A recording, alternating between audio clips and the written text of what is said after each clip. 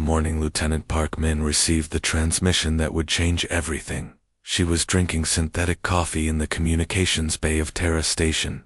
The message came through on frequencies humanity had never used, in perfect English that somehow felt wrong in its clinical precision. Greetings, human species. We are the Hegemony Coalition. Your civilization has been selected for comprehensive behavioral analysis. Cooperation is not required. Parkman nearly choked on her coffee. She played the message 3 more times before, running to find Commander Lee Sung, who was reviewing supply reports in his cramped office. The station had been humanity's furthest outpost for 2 years, a lonely metal structure orbiting the gas giant Kepler-4, for to be. Sir, you need to hear this, she said, her hands shaking slightly as she activated the playback. Lee Sung listened without expression, then walked to the observation deck. Outside, space looked exactly as it always had, cold, empty, infinite. Then the ships appeared. They materialized without warning, massive structures that dwarfed Terra Station like elephants next to ants. 12 vessels in perfect formation, their hulls gleaming with technology humanity couldn't begin to understand. No engine signatures, no heat trails, no indication of how they had traveled across impossible distances. How long have they been watching us?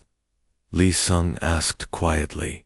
Dr. Kim Hae arrived from the research section within minutes, his tablet already displaying readings that made no sense.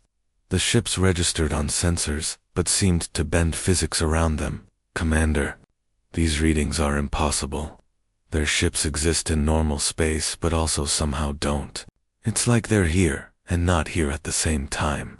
The second transmission came 6 hours later. This time, it included visual contact. The creature speaking looked vaguely humanoid but wrong in ways that made humans uncomfortable. Its skin had a metallic sheen. Its eyes were too large, and when it moved, there was a fluid quality that suggested bones weren't quite working the same way. I am Research Administrator Vex9 of the Hegemony Coalition.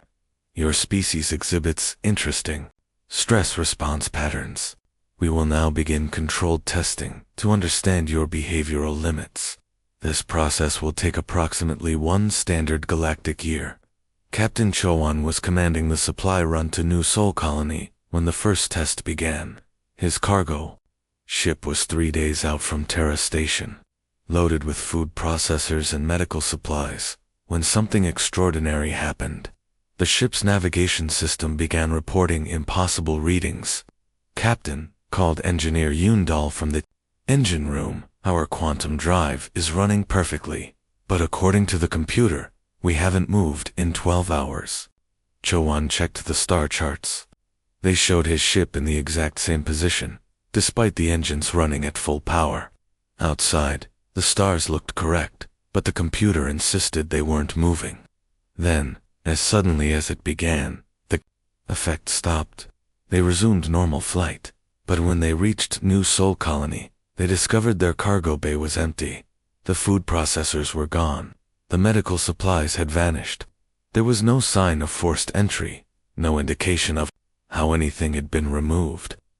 The cargo bay still registered as sealed and secure. Similar incidents began occurring across human space. Supply ships lost their cargo in impossible ways. Communication relays developed mysterious malfunctions that followed no known technical patterns. Environmental systems on mining platforms began failing in ways that seemed almost designed to create maximum stress without quite killing anyone. Administrator Ojin coordinated the response from his office on New Sol Colony. Reports flooded in daily. The water recycling plant on Frontier Station had stopped working, but only the components that were hardest to replace. The hydroponic farms on Mars Colony were producing crops that looked normal, but had no nutritional value. Power grids failed, in patterns that left just enough energy to keep life support running. It's like they're experimenting on us, Ojin told his staff during their daily briefing. Every crisis is calibrated to push us right to the edge, but not over it. Dr. Kim He studied the patterns from his laboratory on Terra Station. The hegemony ships remained in their perfect formation, observing, but never interfering directly. His sensors detected scanning beams that swept across human settlements constantly, recording everything. They're taking notes, he realized during one late-night analysis session. Every time we solve a problem, they create a new one. They want to see how we react under pressure. The tests grew more sophisticated. When colonists on Titan developed workarounds for the water recycling failures, the aliens introduced new problems with the backup systems. When miners on asteroid belt stations created jury-rigged power solutions, their ore processing equipment began developing mysterious faults. Yet something unexpected was happening. Instead of breaking down under the pressure, human communities were adapting. People worked longer hours helping each other. Engineers shared solutions across colony networks. When official supply lines failed, informal networks emerged to fill the gaps. Lieutenant Park Min monitored communications traffic and noticed the pattern. "Sir," she reported to Commander Lee Sung, "message traffic between colonies has increased by 300%. But it's not panic, it's coordination." Lee Sung stood at the observation deck, watching the alien ships that never moved, never changed, never communicated except to announce new tests. 6 months had passed since first contact. The hegemony seemed puzzled by humanity's responses, extending their timeline repeatedly. "They expected us to break," he said to Dr. Kim. "Hey, but we're not breaking, we're getting stronger." Outside, the alien ships continued their silent vigil, taking notes on a species that refused to behave according to their ancient models of conquest and submission. The alien tests entered their second phase on a Tuesday morning when every human colony, simultaneously, lost contact with Earth. Engineer Yoon Dahl was working in the maintenance tunnels beneath Mars colony when the communication arrays went silent. Not damaged, not broken, simply silent, as if someone had turned off a switch across the entire galaxy. "This is different," she told her supervisor, crawling out of the access shaft with grease on her hands. "The equipment works perfectly. The signals just aren't getting through." On New Sol Colony, Administrator Oh-Jin stared at his communication console. The screen showed all systems functioning normally, but when he tried to send a message to Earth, it vanished into space without acknowledgement. He tried Terra Station, Frontier Base, even the mining platforms in the asteroid belt. Nothing. The hegemony had cut humanity's voice. Dr. Kim Hay watched from Terra Station as the alien ships repositioned themselves. Instead of their usual formation, they spread across strategic points throughout human space, creating what looked like a communications barrier. Their scanning beams intensified, sweeping across colonies every few minutes. "They want to see how we handle isolation," he realized, making notes on his tablet. "They think we'll panic without central coordination." But the hegemony had misunderstood something fundamental about humans. Within hours of losing official communication, people began finding alternatives. Captain Cho Wan was the first to discover that cargo ship transponders, designed for simple navigation signals, could carry coded messages. His supply run to Titan included a data packet hidden in routine position reports. Lieutenant Nam Su, monitoring deep space sensors from her post on Frontier Station, noticed unusual patterns in commercial broadcasts. Entertainment channels were still transmitting across human space, apparently unaffected by the communication blackout. She began detecting subtle variations in the programming, changes so small they looked like technical glitches, but followed mathematical patterns. "Someone's hiding messages in the background noise," she reported to her commander. "It's brilliant. The aliens are blocking direct communication, but ignoring entertainment broadcasts." The hidden network grew rapidly. Mining crews embedded status reports and shipping manifests. Medical stations coded supply requests into seemingly random equipment diagnostics. Farmers transmitted agricultural data through weather monitoring systems that the aliens considered irrelevant. Engineer Moon High coordinated the network from her post in the underground factories of Ceres Station. Her team had reverse-engineered captured alien technology and discovered something interesting. The hegemony's scanning systems were incredibly advanced, but focused on known communication methods. They monitored radio waves, quantum transmissions, and subspace channels but ignored the primitive electromagnetic signatures that human machines produced as side effects. Their sensors are too sophisticated, she explained to her team. They're looking for advanced signals and missing the simple ones. Within weeks, human colonies had established a communication network the aliens couldn't detect. Messages traveled through power grid fluctuations, embedded in the natural electromagnetic noise of industrial machinery. Status reports hid in the timing patterns of cargo loading sequences.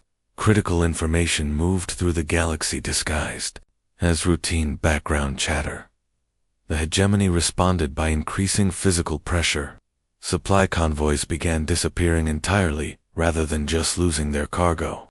Environmental systems failed in more dangerous ways, creating genuine emergencies that pushed communities to their survival limits. Captain Seo Jun was leading a rescue mission to evacuate Outpost 7 when the aliens demonstrated their escalated approach. The mining station's life support had failed completely, leaving 300 colonists with less than 48 hours of breathable air.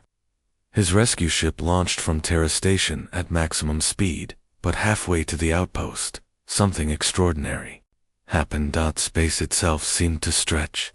His navigation computer showed he was traveling at normal velocity, but the distance to Outpost 7 kept increasing. What should have been a 12-hour flight extended to 30 hours, then the aliens were manipulating space-time around his ship, ensuring he would arrive too late. But Seo Chen's crew had learned to think like humans under pressure. Chief Engineer Lim So studied the sensor readings and made a desperate suggestion. Captain, what if we don't fight the effect? What if we use it? Instead of trying to reach Outpost 7 directly, they allowed the spatial distortion to carry them past their target, then used the stretched space-time as a slingshot. The maneuver was impossible by normal physics, but the alien manipulation had created new rules. Seo Chen's ship arrived at Outpost 7 6 hours early, catching the hegemony observers completely off guard. The rescue succeeded, but it revealed something that worried the alien researchers. Humans weren't just adapting to the tests, they were turning the tests into advantages. Dr. Onbo documented the pattern from her research station orbiting Jupiter. Every time the hegemony introduced a new stress factor, human communities found ways to use it constructively. Communication blackouts led to more robust local networks. Supply shortages sparked innovation in resource recycling. Equipment failures prompted rapid advances in repair technology. They're making us stronger, she noted in her encrypted research logs, transmitted through power fluctuations in the station's reactor. Every test teaches us something new about survival. The hegemony ships remained in their positions, but their scanning patterns became more frantic.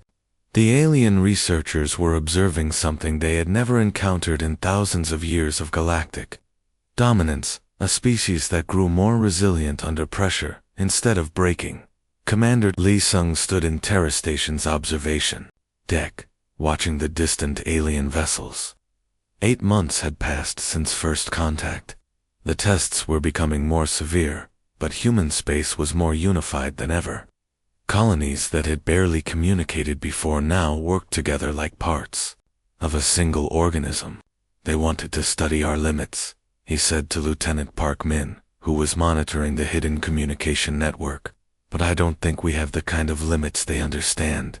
The alien ships pulsed with increased scanning activity. Their researchers struggling to comprehend a species that refused to follow their ancient models of conquest through pressure and isolation. The attack began at exactly 0800 hours, Galactic Standard Time, across 17 human colonies simultaneously.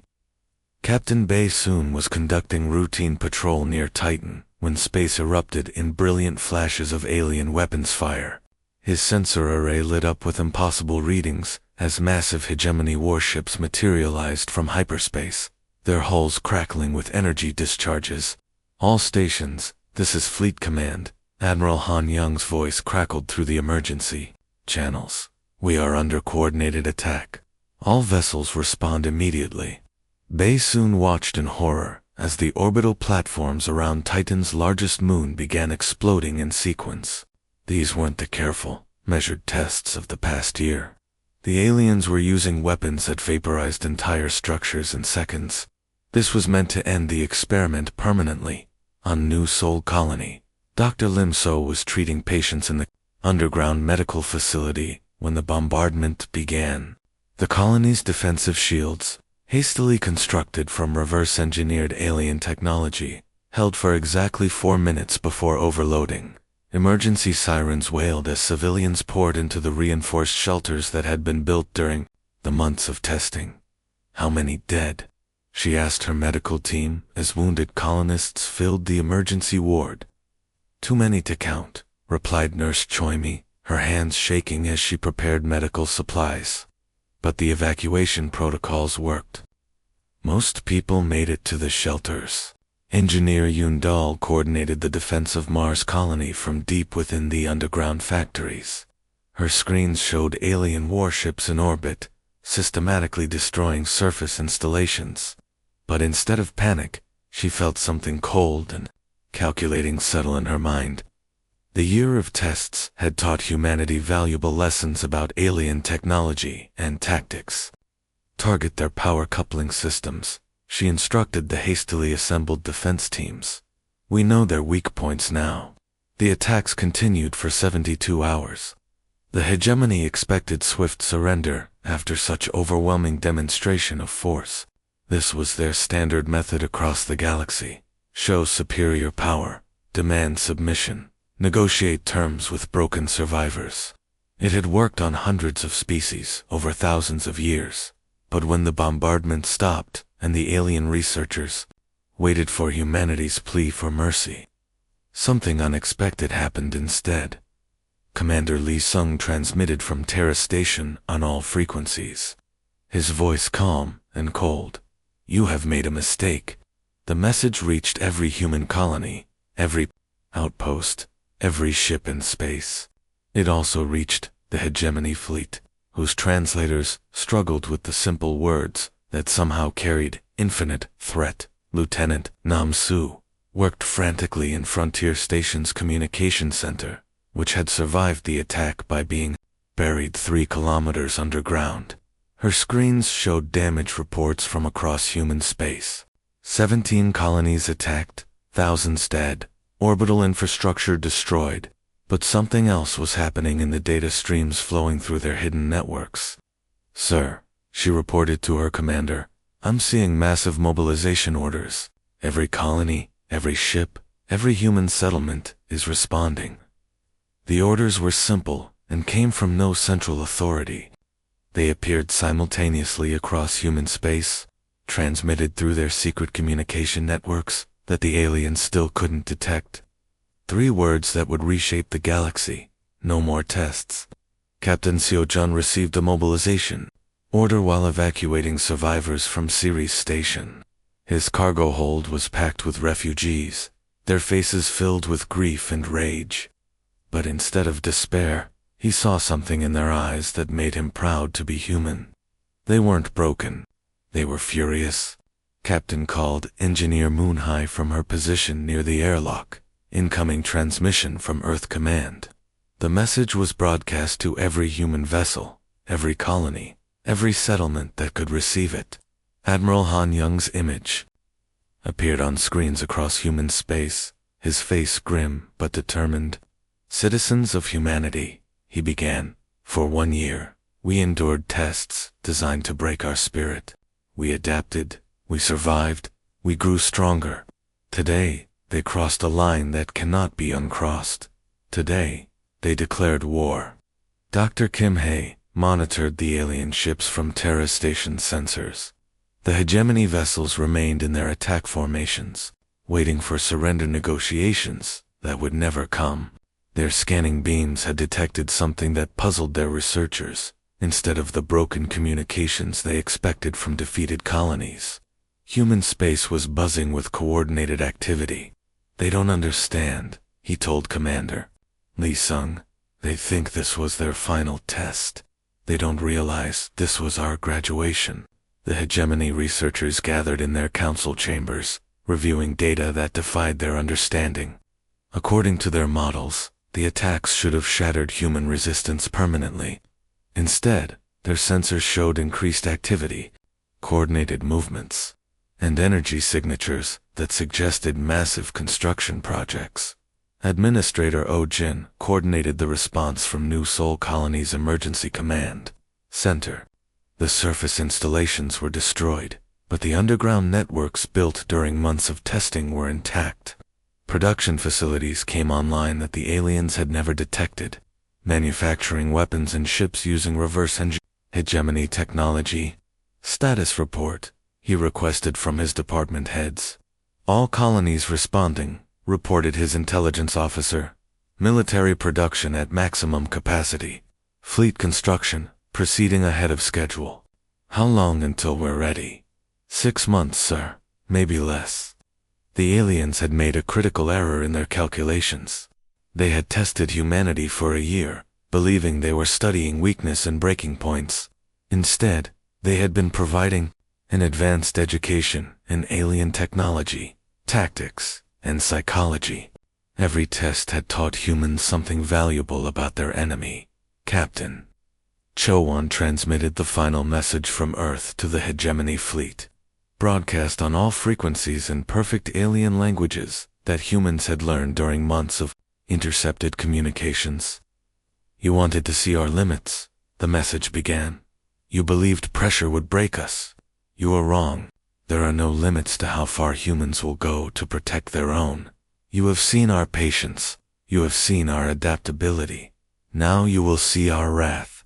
The hegemony ships detected massive energy signatures appearing throughout human space. As construction projects that had been hidden during the testing period came online, weapons platforms, warships, and technologies that shouldn't have been possible for such a primitive species. The test was over. The war had begun, and for the first time in millennia, the hegemony realized they might have made a fatal mistake. The first human counterattack came 18 days after the hegemony bombardment, and it came from everywhere at once.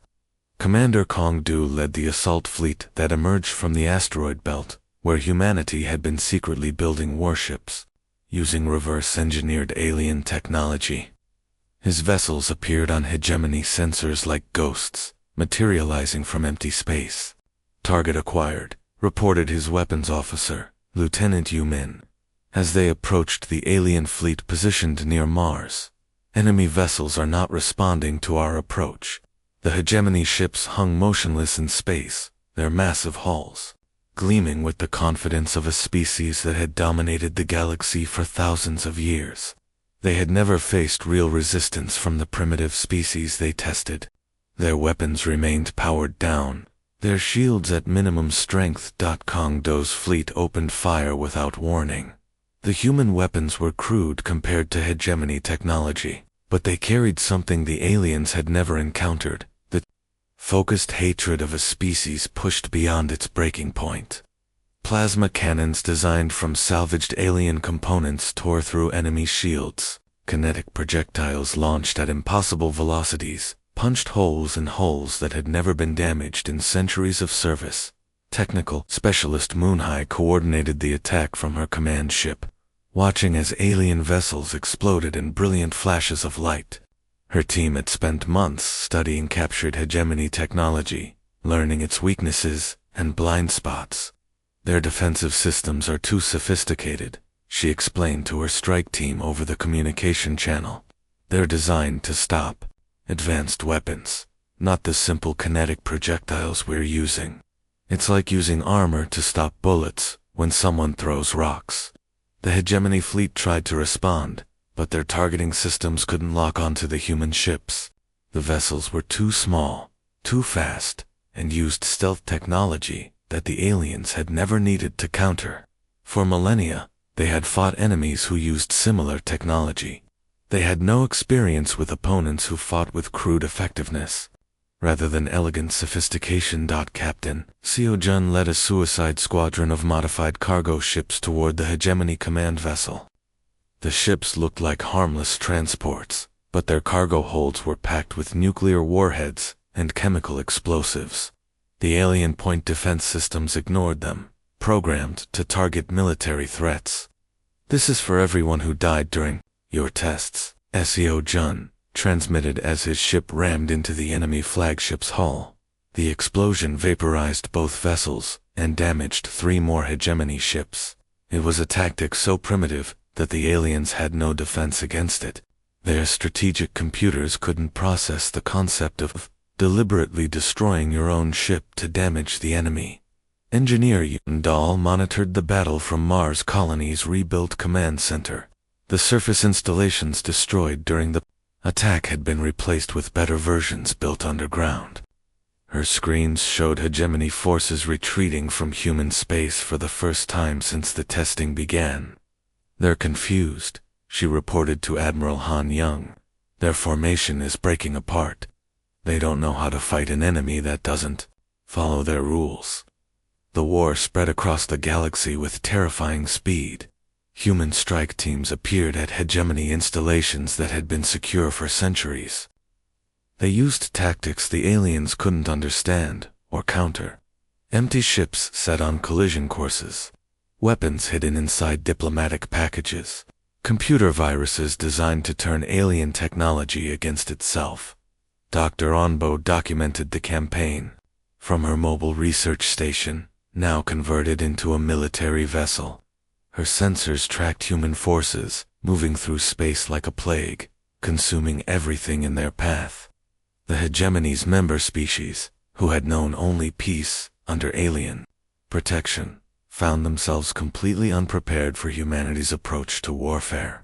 "They fight without honor," transmitted one alien commander before his ship was destroyed. "They use deception and suicide attacks. They show no mercy to surrendering forces." Captain Bay soon intercepted the transmission and responded with cold satisfaction. "You wanted to study us. Now you can study how humans fight when you threaten our families." The Hegemony tried to negotiate, sending diplomatic vessels with offers of peace and compensation for the year of testing. The human response was always the same. The ships were destroyed before they could complete their transmissions. There would be no negotiations, no mercy, no second chances. Lieutenant Park Min coordinated intelligence gathering from her post on Terra Station, now serving as a military command center. Her teams intercepted alien communications, showing panic spreading through Hegemony space. Their ancient empire was collapsing as human forces systematically eliminated their infrastructure. "Sir," she reported to Commander Lee Sung, "alien transmissions show complete breakdown of their command structure. Their member species are abandoning the coalition and fleeing to deep space." Lee Sung studied the tactical displays, showing human forces advancing on multiple fronts. The war had lasted only 6 months, but the Hegemony was already broken. Their ships fled before human fleets. Their colonies surrendered without fighting. Their researchers, who had started this conflict, were among the first to die. Engineer Choi Mi stood on the bridge of humanity's newest warship, built from the wreckage of alien vessels.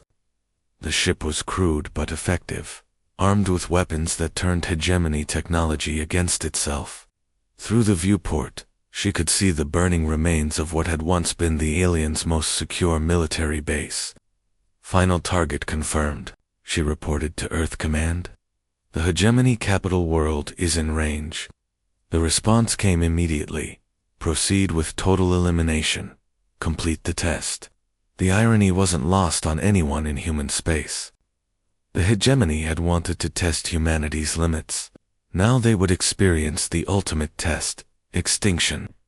The species that had conducted experiments on others for thousands of years would become the subject of humanity's final experiment. In total warfare, the war was almost over. And humanity had won not through superior technology or numbers, but through something the aliens never possessed: the absolute refusal to accept defeat when survival was at stake. Fleet Admiral Jiang Te stood in the ruins of what had once been the most powerful government building in the galaxy. The Hegemony High Council chambers were silent now, their massive stone walls cracked and blackened from human plasma weapons. Through the broken ceiling, he could see Earth's newest battleships patrolling the skies of the former alien capital world. The war had ended 3 days ago with the complete destruction of the last Hegemony fleet. 18 months of total warfare had reduced a galactic empire that had existed for millennia to scattered refugees fleeing into the darkest corners of space. The few alien survivors carried only one message to anyone who would listen: never test the humans. Captain Yumin walked through the abandoned alien research facilities, her boots crunching on broken glass and twisted metal. The laboratories, where the Hegemony had planned their experiments on humanity, were now museums of their failure. Computer terminals still displayed research data about human behavioral limits and breaking points, all of it proven catastrophically wrong. "Captain," called Engineer Moonhai from deeper in the facility, "you need to see this." Moonhai had discovered the Hegemony's central database, containing records of every species they had tested over the past 10,000 years. Thousands of civilizations had been subjected to the same stress protocols that humanity had endured. The difference was that every other species had eventually broken, surrendered, or been absorbed into the Hegemony's empire. "We were supposed to be experiment number 4847, Moonhai explained, reading from the alien records. "The expected outcome was complete submission within 18 months. Instead, we eliminated them." Dr. Onbo compiled the final military reports from her research station, now orbiting the former Hegemony homeworld. The statistics were staggering. In 18 months of warfare, humanity had destroyed 94% of the Hegemony fleet, captured or eliminated all their major installations, and forced the dissolution of an empire that had controlled most of the galaxy. "Analysis complete," she typed in her report to Earth Command. "Enemy forces eliminated through systematic application of human warfare doctrine. Threat permanently neutralized. The surviving Hegemony species scattered to remote star systems, carrying tales that would become legends among alien civilizations. They spoke in whispers of the humans who fought like demons when cornered, who treated extinction as merely another engineering problem to solve, who turned every attempt to break them into fuel for their rage." Lieutenant Nam Su intercepted communications from across the galaxy as word of humanity's victory spread. Alien governments that had never heard of humans before were now broadcasting warnings about the dangerous new species that had emerged from nowhere to destroy the galaxy's oldest empire. "Sir," she reported to Fleet Admiral Jiang Te, "we're receiving surrender offers from 17 different alien civilizations. They want to negotiate peace treaties before we even know they exist." The galaxy had learned a simple lesson: humanity was not to be tested, challenged, or threatened. The price of such actions had been demonstrated with absolute clarity.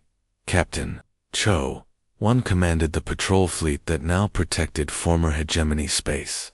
His ships carried a simple message broadcast on all frequencies: "This sector is under human protection.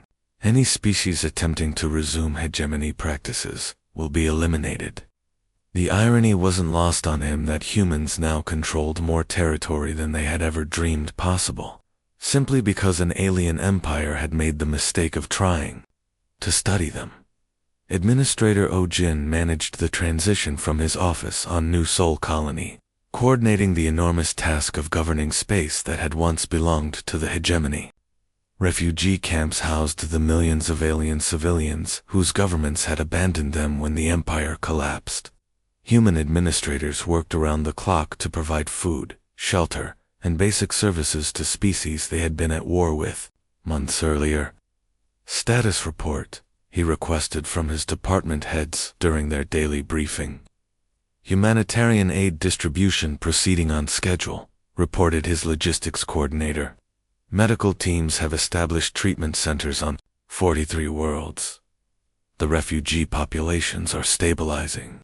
It was perhaps the most human response possible, after completely destroying their enemy's ability to make war. They immediately began caring for the survivors. Dr. Kim Hae studied the broader implications from his new research facility on Terra Station. The hegemony's collapse had created a power vacuum across the galaxy.